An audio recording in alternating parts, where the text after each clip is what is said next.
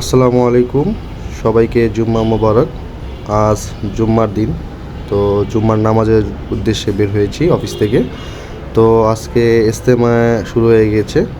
তো আজকে প্রথম ইজতেমার প্রথম জামাত।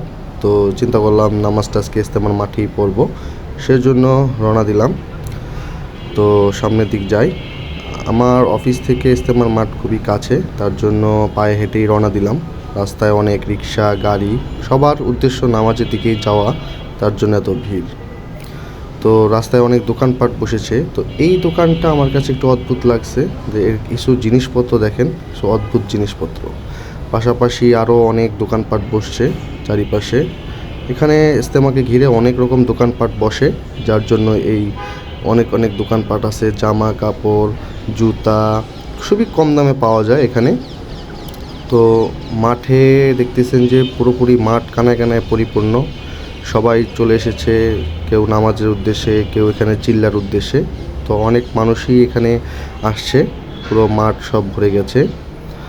তো নাজিম আমাদের মাঝে চলে এসেছে এবং সে একটু আগে আগে হাঁটতেছে, এবং নদীর দুই কিনারেও মানুষজন অনেক জায়গা করে ফেলেছে, এবং এখানে অস্থায়ী দোকানপাট দিয়েছে।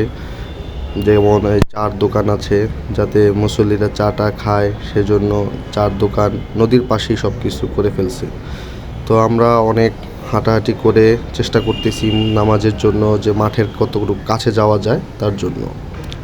তো অলরেডি আমরা প্রায় নদীর কাছাকাছি চলে এসেছি। এখন আমরা নদীটা পার হব, যার জন্য এই ব্রিজটার জন্য ওয়েট করতেছি, অথবা আমরা ওই সামনের ব্রিজ দিয়ে চেষ্টা করব যে মাঠের ভিতরে যাওয়া যায় কি না। তো আমরা উদ্দেশ্য হলো মাঠের ভিতরে যাওয়া, যে মাঠের ভিতরে বসে বসে আমরা নামাজটা আদায় করব। চলুন দেখি নামাজে যাওয়া যায় কিনা। তো এর মাঝে আবার নাজিম আমাদের এই টাইগার মলম কেনার জন্য দাঁড়ালো। সে টাইগার মলম কিনছে, তার টাইগার মলম দরকার। এটা নাকি মাথা ব্যথার জন্য কাজে লাগে, তো নাজিম টাইগার মলম কিনছে।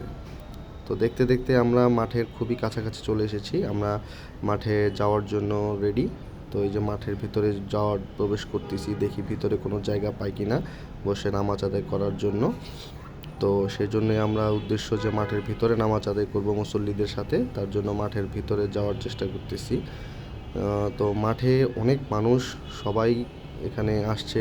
ভিতরে দেখতেই পাচ্ছেন, ভিতরে অনেক মানুষ রাস্তায় পর্যন্ত বসে গেছে নামাজ আদায় করার জন্য।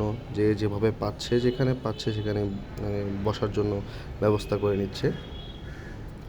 তো আমরা অবশেষে কোথাও জায়গা পাইনি, তো আমরা বসছি নদীর মাঝখানে যে অস্থায়ী ব্রিজ আছে, সেই ব্রিজের মধ্যে আমরা নামাজ পড়ার জন্য একটা পরিকল্পনা করেছি, এবং এখানেই সুন্দর জায়গা পেয়েছি এবং বসে পড়েছি। নামাজ শেষ করে আমি অফিসের দিকে রওনা দিচ্ছি।